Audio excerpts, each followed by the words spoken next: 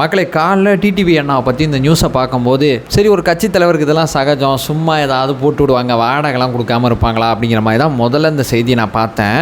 அதுக்கப்புறம் உள்ளே போய் சில விஷயங்களை தேடி பார்த்து எங்கே ஆரம்பித்தார், எங்கே இருக்கார், எங்கே போனார், இப்போ என்ன சொல்கிறாங்க, அதற்கு நடுவில் சில அமமுக தொண்டர்களோட வாய்ஸ் ஓவர் எப்படி இருக்குது அப்படிங்கிறத எல்லாத்தையும் எடுத்து பார்த்தா என்னென்ன டிடிவி அண்ணன் என்னென்ன இதெல்லாம் அப்படிங்கிறத நம்ம கேட்க தோணுது.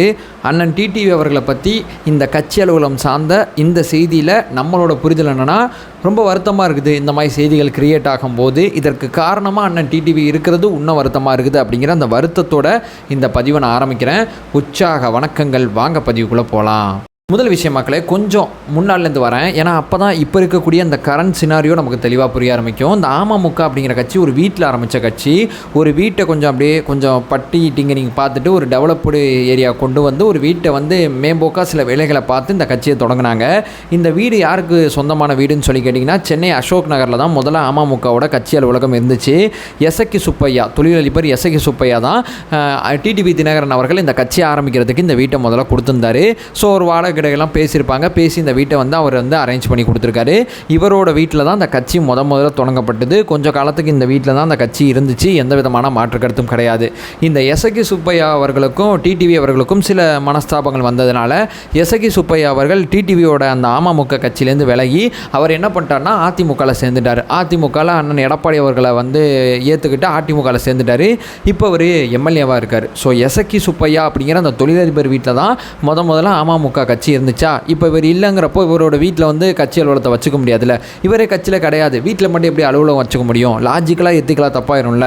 அதனால என்ன பண்ண ஆரம்பித்தார்னா டிடிவி என்ன பண்ணார், வேறு ஏதாவது ஒரு ஏரியாவில் கட்சி அலுவலகத்தை ஆரம்பிச்சிடலாம் அப்படின்னு சொல்லி பார்த்துட்டு இருக்கும்போது தான் மறுபடியும் சென்னையில் இருக்கக்கூடிய ராயப்பேட்டையில் கட்சி அலுவலகத்தை மாற்றுறாங்க. சென்னை அசோக் நகர்லேருந்து ராயப்பேட்டைக்கு போயிடுறாங்க. ராயப்பேட்டையில் பார்த்தீங்கன்னா ஒரு பல்கலைக்கழகம், அதாவது தஞ்சை பிரீஸ்ட் பல்கலைக்கழகத்துக்கு சொந்தமான ஒரு கட்டடத்தில், அந்த கட்டடம் ஆரம்பிக்கும் போது ரொம்ப பிரம்மாண்டமாக ஆரம்பித்தாங்க.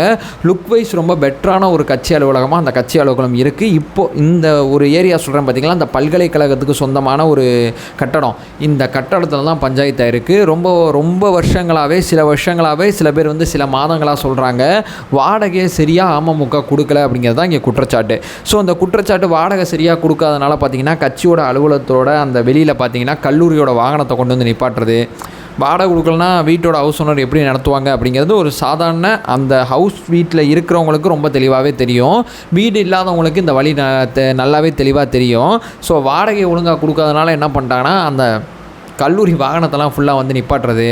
கேட்டால் அந்த கல்லூரி நிர்வாகத்துக்கும் அமமுக தொண்டர்களுக்கும் வாக்குவாதம் ஈடுபடும், சில சண்டைகள் ஏற்படும், சில பிரச்சனைகள் ஏற்படும். அதுக்கப்புறம் பார்த்திங்கன்னா இந்த வாடகை பாக்கி பிரச்சனையை வச்சு இதை சால்வ் பண்ணுறதுக்கு ஒரு டீம் மாதிரி அமைச்சாங்க. அந்த டீமோட அந்த பேச்சுவார்த்தையும் தோல்வியில் முடிஞ்சிருக்கு. ஸோ இந்த பல்கலைக்கழகம் என்ன பண்ணிச்சுன்னா இந்த கட்டடத்தை ஒரு எண்ணெய் நிறுவனத்துக்கு கொடுத்துருச்சு அப்படிங்கிற செய்தியும் நான் ஜூனியர் வீடியோவில் படித்தேன். எந்தளவு உண்மைன்னு தெரில. ஒரு எண்ணெய் நிறுவனம் தான் இப்போ இந்த கட்சி அலுவலகத்தை இந்த கட்சியோட அந்த உரிமையாளர் அப்படிங்கிற விஷயத்த சொல்கிறாங்க. அந்த எண்ணெய் நிறுவனம் கொடுத்த, அதாவது இந்த பிரச்சனை எதுவுமே தெரியாமல் இந்த பல்கலைக்கழகம் இந்த எண்ணெய் நிறுவனத்துக்கு இந்த கட்டடத்தை உரிமையை கொடுத்துருச்சு அப்படிங்கிற ஒரு டாக்கும் இருக்குது.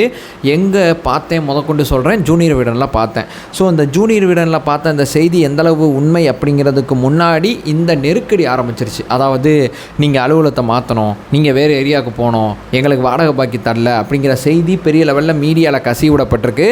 தொடர்ச்சியாக எல்லாரோட அட்டென்ஷனுக்கும் இந்த செய்தி போக ஆரம்பிச்சிருக்கு. அமமுக அப்படிங்கிற கட்சி வாடகை பாக்கி பிரச்சனை வரும்போது ஒரு செட்டில்மெண்ட்டாக வருவாங்க.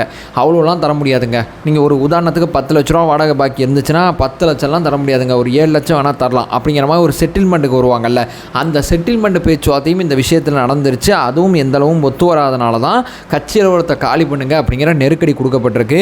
அந்த கல்லூரி வாகனத்தை கொண்டு நிப்பாட்டுறது, வாக்குவாதம் பண்ணுறது, இந்த மாதிரி பிரச்சனைகள் இருக்கிறதுனால கட்சி அலுவலகத்தை டிடிவி தினகரன் அவர்கள் ஒத்து வராதனால மாற்ற போகிறார் அப்படிங்கிற செய்தி தான் பெரிய லெவலில் வருது.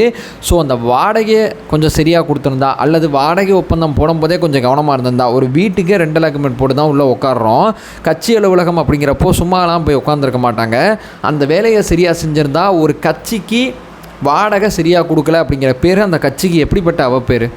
அந்த கட்சியோட தொண்டர்கள் எப்படி உற்சாகமாக இருப்பாங்க, எப்படி பணி செய்வாங்க? அலுவலகமே இல்லாத அவங்க மனநிலை எப்படிப்பட்டதாக இருக்கும். அமமுகவை ஆதரிக்கிறவங்களை பற்றி நான் பேசுகிறேன், இதில் விமர்சிக்கிறவங்க பற்றி நான் பேச விரும்பலை. ஏன்னா ஆதரிக்கிறவங்களுக்கு எப்படிப்பட்ட வழியை கொடுத்துருக்கோம். ஒரு கட்சிக்கு எவ்வளோ பெரிய நெகட்டிவிட்டியான செய்தி இந்த செய்தி. தன்னுடைய அலுவலகத்துக்கு வாடகை பாக்கி வச்சுருக்காரு, இவரை நம்பி எப்படி ஒரு அரசாங்கத்தை கொடுக்குறது அப்படிங்கிறது தானே மக்களோட தாட் ப்ராசஸாக இருக்கும். ஸோ டிடிவி அண்ணா இந்த விஷயத்தில் கொஞ்சம் கவனமாக இல்லையோ அப்படிங்கிற ஒரு செய்தி நமக்கு தோணுது. அல்லது அந்த நிறுவனத்துக்கும் அவங்களுக்கும் என்ன நடந்துச்சு அப்படிங்கிறத ஓப்பனாக சில விஷயங்களை மேடையில் போட்டு உடைச்சாலும் சரின்னு தான் நமக்கு படுது. எதுவுமே இல்லாமல் டிடிவி அண்ணா வந்து சைலண்ட் மூடில் இருக்காப்புல, அதுதான் இங்கே பிரச்சனைக்குரிய பக்கமாக இருக்குது. சைலண்ட் மூடில் போன அவர் என்ன பண்ணிட்டார்னா, அடையாரில் பார்த்தீங்கன்னா கற்பகம் அவென்யூ அப்படிங்கிற பகுதியில் தான் டிடிவி அவர்களோட வீடு இருக்குது. ஸோ இந்த வீட்டு பக்கத்துலேயே ஒரு ஃப்ளாட் எடுத்து சின்னமாக ஒரு அலுவலகம் வச்சிடலாம் அப்படிங்கிற ஐடியாவில் அவர் இருக்கிறதாகவும் பேசிக்கிறாங்க. ரெண்டாவது பார்த்தீங்கன்னா தேனி பக்கம் போயிடலாம். தென் மாவட்டங்களில் அமமுகவுக்கு ஒரு வாக்கு வங்கி இருக்குது, நம்ம ஏன் சென்னையில் இருக்கணும், தேனிக்கு போயிடலாம், தேனியில் போயிட்டு நம்ம அந்த கட்சி அலுவலகத்தை பிரம்மாண்டமாக ஓப்பன் பண்ணலாம் அப்படிங்கிற மாதிரி ஒரு தாட் ப்ராசஸில் இருக்கார் அப்படிங்கிற விஷயம் சொல்லப்படுது. ஆனால் அந்த வாடகை பாக்கி பஞ்சாயத்தானது இந்த கட்சிக்கு பெரிய அவப்பேரை ஏற்படுத்தியிருக்கு.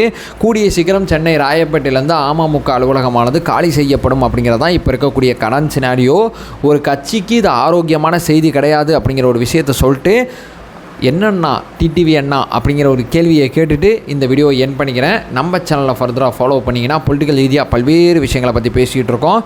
நம்மளோட ஒரே நோக்கம் அறியாமை அகற்ற வேண்டும், அறியாமை அகற்றப்பட வேண்டும். Thank you so much.